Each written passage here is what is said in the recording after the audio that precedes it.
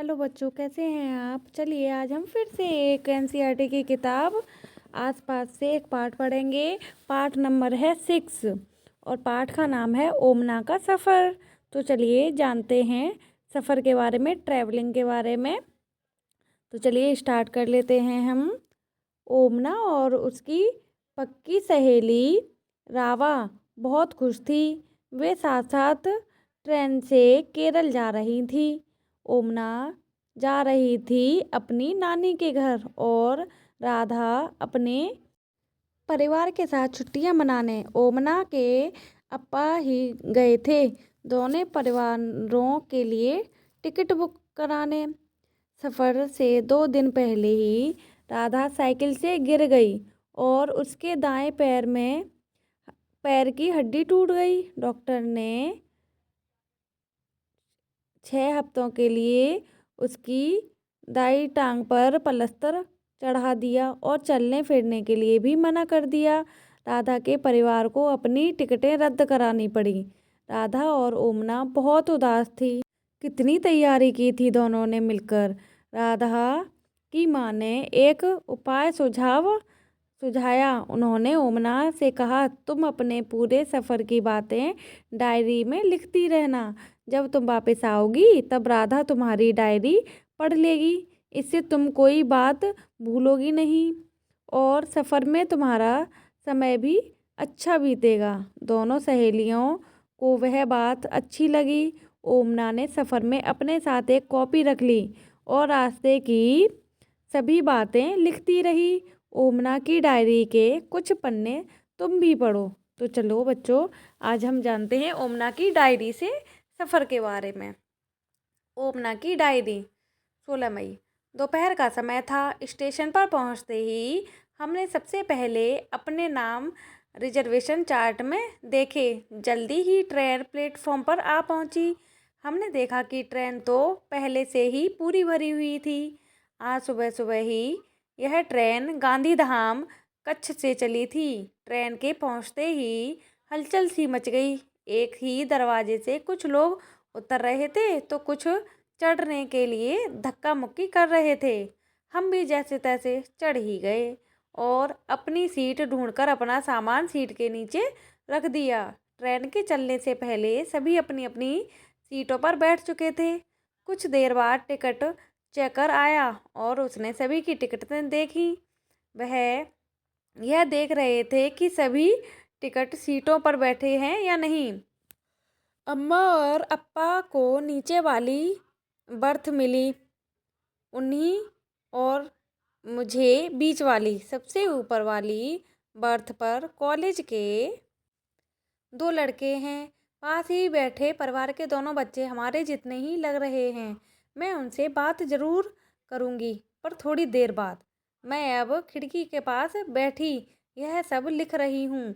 अम्मा ने खाने का डिब्बा खोल लिया है। ढोकला, चटनी, नींबू वाले चावल और मिठाई, कितनी सारी चीज़ें लाई है अम्मा। मेरे मुंह में तो पानी आ रहा है।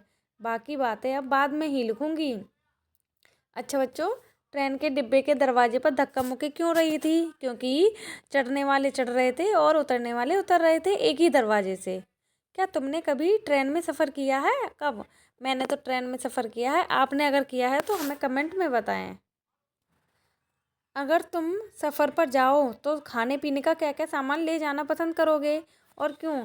सबसे पहले हम अपने लिए खाना तो ज़रूर लेके जाएंगे। उसके बाद कपड़े पहनने के लिए भी लेके जाएंगे और दवा भी लेके जाएंगे, है ना। आप भी हमें बताएं।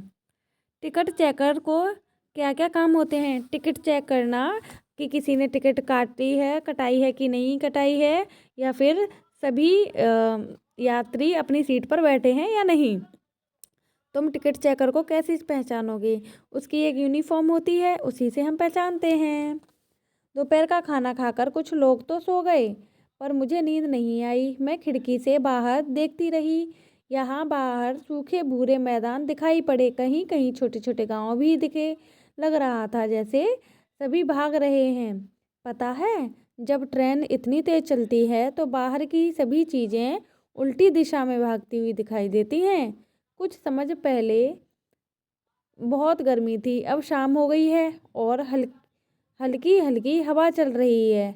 बाहर आसमान संतरी रंग का दिखाई दे रहा है। सूरज जो डूब रहा है। मैंने अहमदाबाद में कभी डूबते सूरज पर ध्यान ही नहीं दिया। हम अभी अभी वलसाड़ स्टेशन से निकले हैं। यहाँ ट्रेन 2 ही मिनट के लिए रुकी। स्टेशन पर खाने पीने की चीज़ें बेचने वालों का बहुत शोर था। चाय गरम, चाय, चाय गरम। एक तरफ से आवाज़ आ रही थी, बट्टा बड़ा, बट्टा बड़ा, पूरी साग, दूध, ठंडा दूध। लोग प्लेटफॉर्म पर खाने की चीज़ें खरीदे और बेच रहे थे। हमने तो खिड़की से ही केले और चीकू खरीद लिए थे। मैंने साथ बैठे बच्चों से दोस्ती कर ली है। वे हैं सुनील और एन। वे अपनी दादी के घर कोझिकोड जा रहे हैं। सुनील ने मुझे कहानी की कुछ किताबें पढ़ने को दी। मैं थोड़ी देर पहले बाथरूम में हाथ मुंह धोने गई थी, पर वहाँ पानी खत्म हो गया था। किसी ने कहा कि अब पानी अगले स्टेशन पर ही भरा जाएगा। ट्रेन के बाथरूम में पानी खत्म क्यों हो गया, चर्चा करें।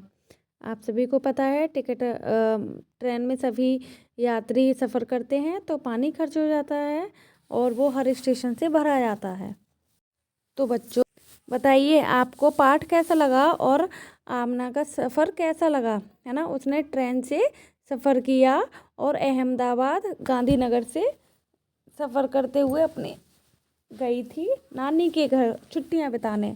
तो आप बताइए आपको कहानी कैसी लगी, हमें कमेंट में बताएं और वीडियो अच्छी लगे तो लाइक करके शेयर करें। Okay, thank you.